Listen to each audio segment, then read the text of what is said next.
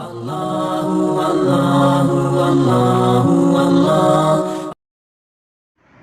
باللہ من الشیطان الرجیم، بسم اللہ الرحمن الرحیم۔ السلام علیکم ورحمۃ اللہ وبرکاتہ۔ آج کا ہمارا سبق ہے تختی نمبر 4 زیر۔ آج ہم پڑھیں گے زیر کی تختی۔ جس طرح ہم نے زبر پڑھا تھا کہ زبر جو ہے حرف کے اوپر ہوتا ہے، اس طرح سے زیر جو ہے وہ حرف کے نیچے لگا ہوتا ہے۔ اور جس طرح ہم نے زبر پڑھا تھا کہ زبر کو ہم پڑی حرکات کہتے ہیں، پڑی حرکت کہتے ہیں، اسی طرح زیر کو بھی پڑی حرکت کہتے ہیں۔ زیر کو پڑھتے وقت 3 باتوں کا خیال رکھنا بہت ضروری ہے۔ نمبر 1، کھینچ کر نہیں پڑھنا، جھٹکا دے کر نہیں پڑھنا اور مجھول نہیں پڑھنا۔ جس طرح میں نے آپ کو زبر نے بتایا تھا کہ جسے با زبر با، ایسے ہم نہیں پڑھیں گے، ہم صرف یہ پڑھیں گے با زبر با، تا زبر تا، سا زبر سا۔ اور ایک ہمیں جھٹکا نہیں دینا تھا کہ با تا سا، اس طرح نہیں پڑھیں گے، اور نہ مجھول پڑھیں گے، بے تے سے جے ہے، اس طرح سے ہم نہیں پڑھیں گے۔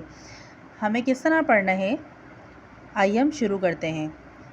اعوذ باللہ من الشیطان الرجیم، بسم اللہ الرحمن الرحیم۔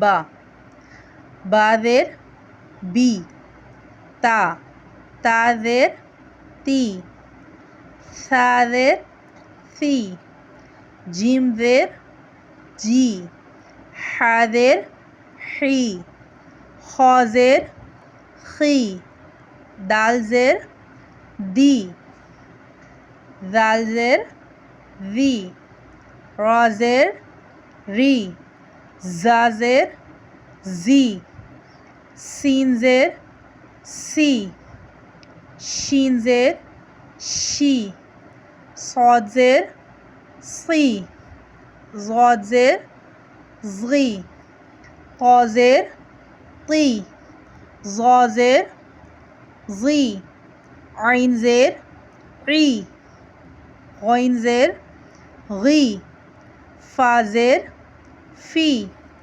قاف زیر قی، کاف زیر کی، لام زیر لی، میم زیر می، نون زیر نی، واو زیر وی، ہا زیر ہی، حمزہ زیر ای، حمزہ زیر ای، یا زیر یی۔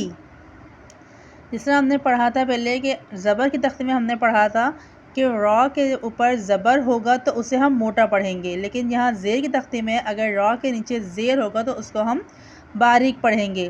را زیر ری، یا ری نہیں پڑھیں گے، اس کو ری۔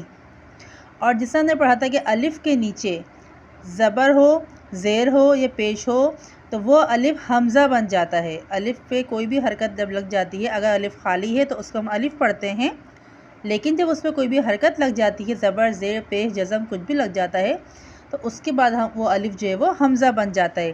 جس طرح یہاں دیکھیں حمزہ لکھا ہوا ہے، حمزہ زیر ای، اب یہ الف نہیں کہلائے گا، اگر یہ خالی ہوتا تو یہ الف کہلاتا، لیکن اس کے نیچے بھی یہ زیر آ گیا تو یہ حمزہ بن گیا ہے، اس لیے حمزہ کے ساتھ اسے لکھا جاتا ہے، حمزہ زیر ای، حمزہ زیر ای، یا زیر یی۔ جزاک اللہ۔